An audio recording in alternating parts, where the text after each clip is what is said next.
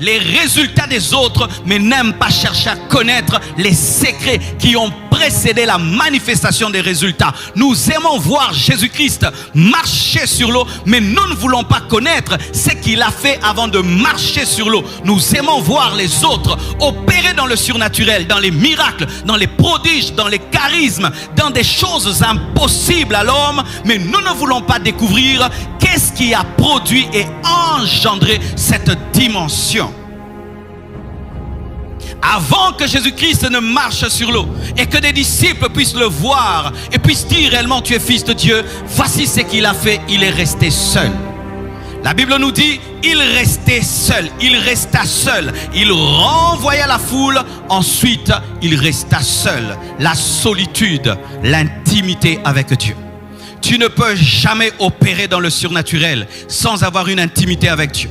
Tu ne peux jamais opérer dans le surnaturel sans avoir une intimité avec le Saint-Esprit. Tu ne peux jamais opérer dans le surnaturel sans accepter des moments de solitude où tu n'es pas avec ta femme, tu n'es pas avec tes enfants, tu n'es pas avec ton téléphone, tu n'es pas avec ton laptop, où tu es seul avec Dieu. Le problème, c'est que les hommes modernes ne supportent plus la solitude.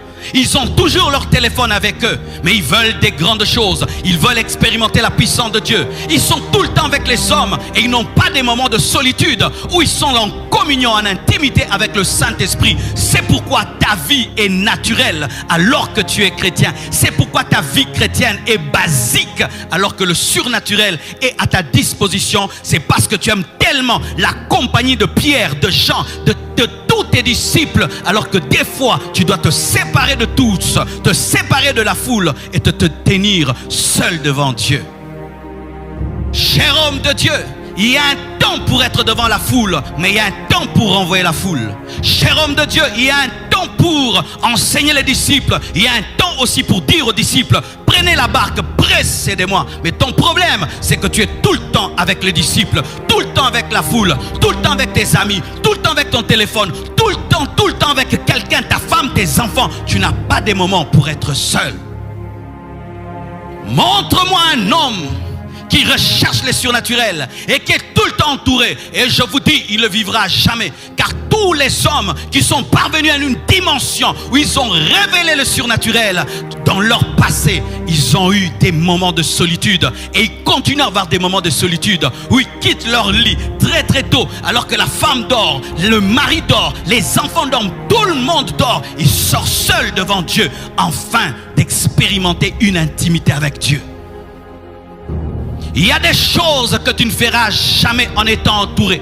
C'est pourquoi même lorsque Abraham devait recevoir la révélation de Jéhovah Jireh, il a dit aux serviteurs de rester au bas de la montagne, et il est monté seul avec Isaac au sommet de la montagne, car il y a des choses qu'on ne fait que seul.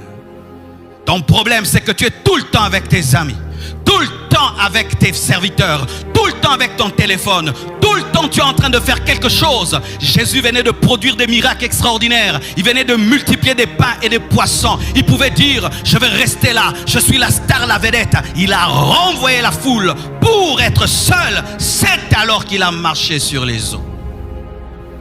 Tu aimes des choses grandes, mais tu n'aimes pas payer le prix de la solitude. Tu aimes des choses extraordinaires, mais tu n'aimes pas renvoyer la foule et renvoyer les disciples pour être seul. Quelle est la dernière fois que tu étais seul devant Dieu pendant des heures et des heures? Quelle est la dernière fois que tu étais seul devant Dieu, où ton téléphone était éteint? Des hommes qui sont incapables, même dans les moments de prière, d'éteindre leur téléphone, mais s'attendent à avoir une forte onction, de vivre des miracles et des prodiges. Cela ne t'arrivera pas. Tu dois payer le prix de la solitude. Il est resté seul, pas seulement resté seul. Et la Bible nous dit, il s'est mis à l'écart pour prier. Pour prier.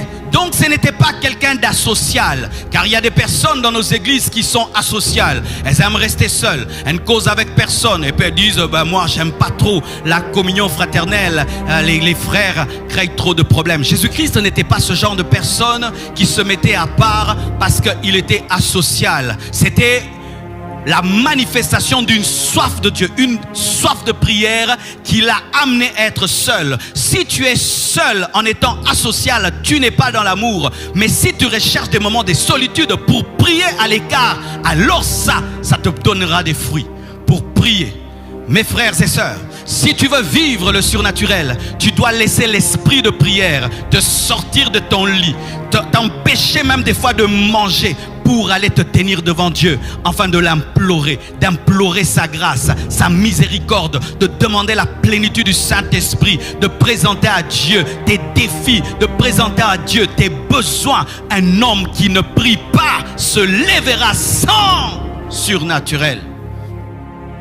Ce sont les hommes à genoux qui se tiennent debout avec le surnaturel. Ce sont les hommes qui ferment leur bouche devant les hommes pour l'ouvrir devant Dieu, qui parlent puissamment aux hommes. Car si tu parles aux hommes sans parler à Dieu, ta bouche n'aura pas de puissance quand tu parleras aux hommes. Mais si ta bouche a parlé à Dieu, lorsque tu parleras aux hommes, ta bouche sera puissante parce qu'elle était en contact de celui qui est la parole. Être un homme de prière. Tu veux le surnaturel, tu dois être un homme de prière. Tu dois être un homme qui avance à genoux. Tu dois être un homme qui s'agenouille dès le matin. Tu dois être un homme qui aime prier et qui aime prier et qui aime prier et qui ne s'arrête pas de prier et qui prie lorsqu'il a envie et qui prie lorsqu'il n'a pas envie.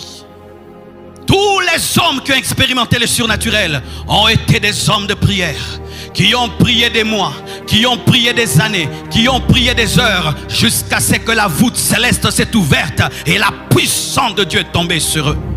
Mes frères et sœurs, Jésus-Christ, fils de Dieu par essence, était un homme de prière, un homme qui recherchait son Père. Mais il y a des fils adoptifs qui veulent des grandes choses avec Dieu, mais il prie 5 minutes, il prie 2 minutes, et même quand il prie, il n'est pas concentré. La Bible nous dit qu'il s'est mis à l'écart, symbole de la concentration. Il a évité la distraction. Lorsque tu étudies, tu évites le bruit. Lorsque tu regardes ta série que tu aimes, tu évites le bruit. Lorsque tu es au téléphone avec une personne que tu respectes, tu évites le bruit. Mais quand tu pries, tu permets à ce qu'on te dérange comme on veut. Tu as un problème de concentration et de respect. C'est pourquoi tu parleras du surnaturel. Tu ne l'expérimenteras jamais. Jésus s'est mis à part, solitude, intimité avec le Saint-Esprit, intimité avec le Père. Pourquoi? Pour prier, pour parler. Si tu pries pour la tempête, lorsque tu rencontreras la tempête ne te fera pas peur. Ton problème, c'est que tu pries dans la tempête alors qu'il faut prier avant la tempête. Ton problème, c'est que tu pries dans le problème au lieu de défoncer le problème avant de le rencontrer. Les disciples sont allés dans la barque et ont affronté la tempête. Dans la tempête, ils ont commencé à crier des cris de peur. Mais celui qui avait prié avant n'a pas eu peur, mais il a calmé la tempête. Soyez des hommes de prière, mes frères et sœurs. Les églises aujourd'hui, lorsqu'on dit il faut venir à l'intercession, les hommes ne viennent pas. On aime venir à l'église pour écouter les orateurs. Qui va enseigner, qui va prêcher? Les églises sont bondées. C'est pourquoi vous êtes remplis de connaissances, mais vous n'avez pas de vie. Il y a une différence dans votre vie entre ce que vous connaissez et ce que vous expérimentez. Pourquoi? Vous ne priez pas assez. C'est ça le problème de l'église actuelle. Des gens qui écoutent des prédications pendant 2 heures, mais incapables de prier pendant 30 minutes. Il peut suivre 10 lives sur internet, mais il ne peut pas prier pendant 10 heures du temps. C'est ça le problème de l'église actuelle. Peu de prière et beaucoup de connaissances. Peu de prière, mais beaucoup de connaissances. Tel a prêché ceci, tel a dit ceci. Il y a un temps, mes frères, pour écouter, mais il y a un temps pour s'agenouiller et prier. Il était seul à la montagne pour prier. Il faut être seul, prier à l'écart et monter à la montagne. Jésus-Christ n'avait pas prié n'importe où, c'était sur une montagne. La montagne symbolise la consécration, symbolise la sanctification, symbolise l'obéissance et symbolise la discipline. Personne ne peut gravir une montagne sans discipline. Lorsque tu es sur la plaine, tu ne fais pas trop d'efforts, mais lorsque tu es au niveau de la montagne, tu dois être discipliné, tu dois faire attention, sinon tu vas tomber. Et la montagne symbolise la consécration. Il ne faut pas seulement se mettre à part, soir, il ne faut pas seulement prier, mais il faut prier dans l'obéissance, prier dans la sainteté, prier dans la crainte de Dieu. Beaucoup de gens prient, mais dans le péché. Beaucoup de gens prient, mais dans la désobéissance. Beaucoup de gens prient, mais ils prient dans la plaine, au lieu de prier au sommet de la montagne, dans la consécration, dans la sainteté et dans la discipline. Il te manque une chose, il te manque une chose. Tu pries beaucoup, mais tu ne crains pas Dieu. Tu pries beaucoup, mais tu ne te sanctifies pas. Tu pries beaucoup, mais tu n'as pas d'obéissance. C'est pourquoi tu ne vis jamais le surnaturel. Tu lis les versets dans la Bible, c'est comme si ce sont des histoires. Jamais tu n'as expérimenté cela parce que tu as un problème. Tu n'es pas à la montagne, tu es dans le péché, tu es dans la désobéissance. Répands-toi et continue à prier. Mais si tu refuses de te repentir, arrête de prier, car Dieu n'exauce pas la prière des pécheurs. Je répète, Dieu n'exauce pas la prière des pécheurs. C'est celui qui obéit qui peut gravir la montagne. C'est celui qui obéit qui peut prier. Sinon tu perds ton temps, car Dieu dit: mes oreilles ne sont pas dures pour vous entendre et ma main n'est pas courte pour vous toucher. Mais ce sont vos péchés qui mettent une séparation entre moi et vous et qui m'empêchent de vous exaucer.